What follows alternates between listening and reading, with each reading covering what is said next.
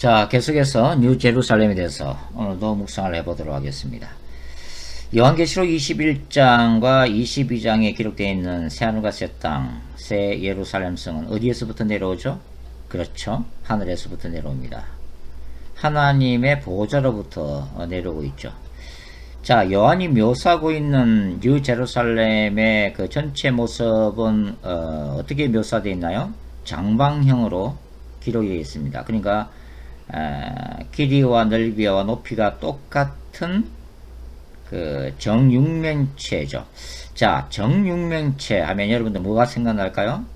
바로 모세의 성막 그리고 성전의 지성소가 생각이 날 것입니다. 왜냐하면 지성소는 바로 길이와 넓이와 높이가 똑같은 정육면체 장방형으로 만들어져 있기 때문이죠. 자, 새하늘과 새 땅이 하늘로부터 내려오고 있는데요. 땅에 존재했던 모세의 성막이나 성전은 바로 하늘의 성전의 모형이라고 히브리서는 기록을 해놓고 있습니다. 자, 사도 요한은 바로 구약의 성막 또 성전이 궁극적으로 새 예루살렘 성에서 완성될 것임을 지금 예고를 해주고 있습니다. 이 새 예루살렘의 문은 12개입니다. 재미있는 것은 그 옛날 광야 이스라엘이 성막을 중심으로 동쪽으로 세 지파, 남쪽으로 세 지파, 서쪽으로 세 지파, 북쪽으로 세 지파가 자리 잡고 있었던 것과 좀 흡사하죠. 또한 그 에스겔서 48장에 보시면 바로 에스겔이 봤던 신비로운 에스겔 성전의 모습과도 흡사하죠. 더 정확히는 바로 그 에스겔 성전이 자리 잡고 있는 예루살렘 성읍의 문이 바로 동서남북이 세 개의 문이 배치되어 있었던 것과 유사하다고 볼 수가 있습니다. 결국은 이 에스겔 40장부터 48장에 나타나 있는 에스겔 성전의 궁극적인 모습이 또한 뉴 제루살렘의 모습이기도 한 거죠. 자, 그 이스라엘이 광야에서 머물 때에 이스라엘 진중의 정중앙에 바로 성막 그리고 지성소가 자리 잡고 있었던 것 같이 요한이 본 새 예루살렘 성의 구조도 그렇습니다. 자, 새 예루살렘 성의 중심에는 뭐가 자리 잡고 있죠? 영원한 지성소인 하나님의 보호자가 자리 잡고 있습니다. 에스겔 47장에서 본 환상에 따르면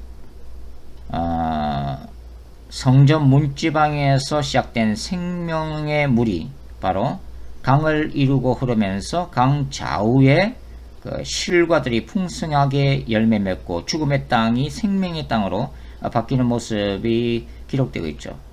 마찬가지로 새 예루살렘 성도 주님의 보호자로부터 흘러나오는 그 생명수의 강이 도도히 흐르고 있고 그 좌우편에 바로 생명나무가 달마다 12개의 과일을 맺는 모습이 기록되고 있습니다. 자, 이러한 사실로 미뤄볼 때 바로 성막도 성전은 궁극적으로 새 예루살렘에 대한 예언적 비전이라는 것을 우리가 알 수가 있습니다. 구약의 대제사장의 모습을 봐도 그렇죠. 우리가 보통 보면 이제 구약의 대제사장은 누구를 예표하고 있나요? 바로 예수 그리스도죠. 바로 히브리서의 예수님이야말로 신약적인 대제사장이다 하는 것을 선포를 하고 있습니다. 그런데 이 대제사장의 그 복장을 보면 하나님은 이 복장에 이미 미래적 새 예루살렘의 설계 도면을 그려놓으셨다는 것을 알 수가 있죠. 대제사장의 가슴에는 흉패가 있습니다. 이 흉패는 12개의 서로 다른 보석들로 장식되어 있죠. 이 12개의 보석들은 뭘 의미하고 있죠? 그렇습니다. 바로 이스라엘 12지파를 상징하고 있죠. 왜냐하면 이 보석들 위에 바로 12지파의 이름들이 새겨져 있기 때문입니다. 자, 우리가 요한이 본 환상을 구체적으로 보시면 새 예루살렘 성곽의 기초석이 어떻게 되어 있어요? 서로 다른 12개의 보석들로 구성이 되어 있고 그 위에는 12사도의 이름이 새겨졌다는 것을 우리가 볼 수가 있습니다. 바로 구약의 이스라엘과 신약의 12사도를 기초석으로 하는 하나님의 교회의 궁극적인 모습을 지금 상징화하고 있다고 볼 수가 있죠. 그러니까 구약의 성막은 예수 그리스도의 초림을 예고할 뿐만 아니라 바로 다시 오시는 하나님 예수 그리스도의 재림까지 예고하고 있다는 것을 우리가 알 수가 있습니다. 자, 새 예루살렘 성과 그 다음에 이 성전과의 차이점은 뭐죠? 새 예루살렘 성에는 성전이 따로 있나요? 성전이 따로 없습니다. 왜 그렇죠?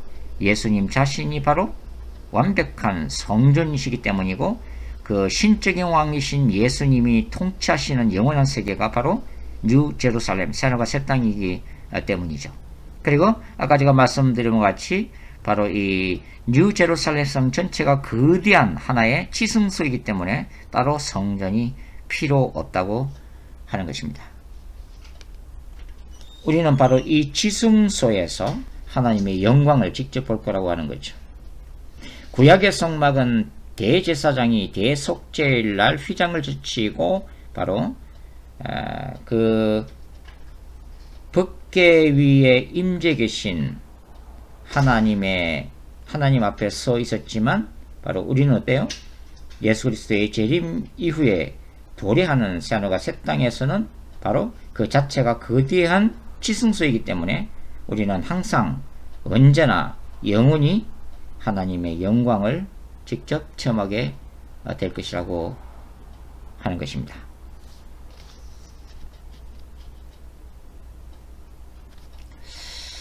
새 예루살렘 성은 바로 성막과 성전의 궁극적인 완성이고 또한 에스겔 성전의 완성된 모습이기도 하다는 것을 우리가 알 수가 있습니다.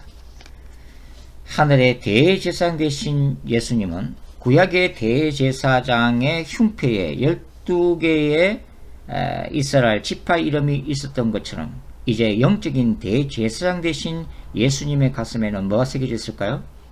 그렇죠. 바로 저와 여러분의 이름이 기록되어 있습니다. 왜냐하면 저와 여러분의 이름이 영광스러운 생명책에 기록되어 있기 때문이죠. 우리는 새하늘과 새 땅에서 영원히 살아갈 존재들이라고 하는 거죠.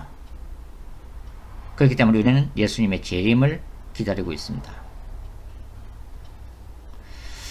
사실은 때로는 우리가 이 땅에 대한 집착 때문에 예수님의 재림에 대한 두려움과 동시에 또 예수님이 재림을 좀 늦춰줬으면 좋겠다 하는 그런 마음도 생기기도 하지만 그러나 궁극적인 것은 바로 우리가 살아야 할 세계는 이 땅이 아니라 바로 영원한 세계인 새하늘과 새 땅이라고 하는 거죠. 베드로는 나그네 신학을 얘기하고 있습니다. 성도는 이 세상 속에서 살아가는 나그네다. 나그네는 돌아갈 본향이 있다고 하는 거죠. 그렇기 때문에 이 나그네의 삶, 또 본향을 사모하는 순례자의 삶을 살고 있다고 얘기를 하죠. 우리는 이 땅에서 최선을 다하지만 우리는 돌아갈 하나님의 집이 있고 우리는 돌아가야 될 영원한 세계가 있다고 하는 것입니다. 자, 마지막 때에 하나님의 교회는 예수 그리스도를 모르는 이 땅의 영혼들에게 마지막 날들의 영원한 복음을 다시 전해야만 하죠.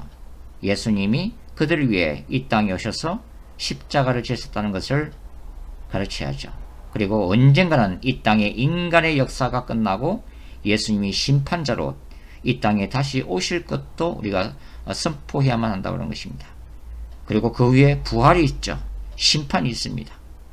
그리고 주 예수님을 영접한 신자들을 위해서 영원한 새 예루살렘 성이 이미 예비되고 있음도 선포하고 가르쳐야 되죠.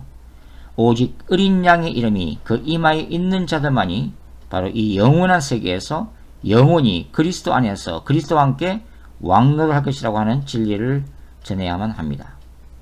이제는 마지막 때입니다. 마지막 때는 하나님의 교회들이 주님의 다시 오심을 강조해야 될 마지막 시기입니다. 새하늘과 새 땅에 대한 소망을 심어주고 올바른 성경적 종말론을 다시 가르쳐야 합니다. 우리는 지금 마지막 때를 살고 있기 때문이죠.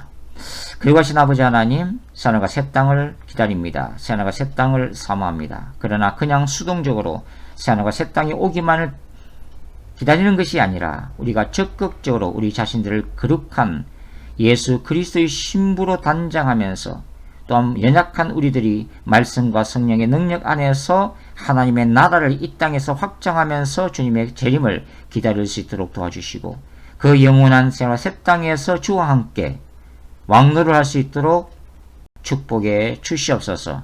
예수님의 이름으로 기도드립니다. 아멘.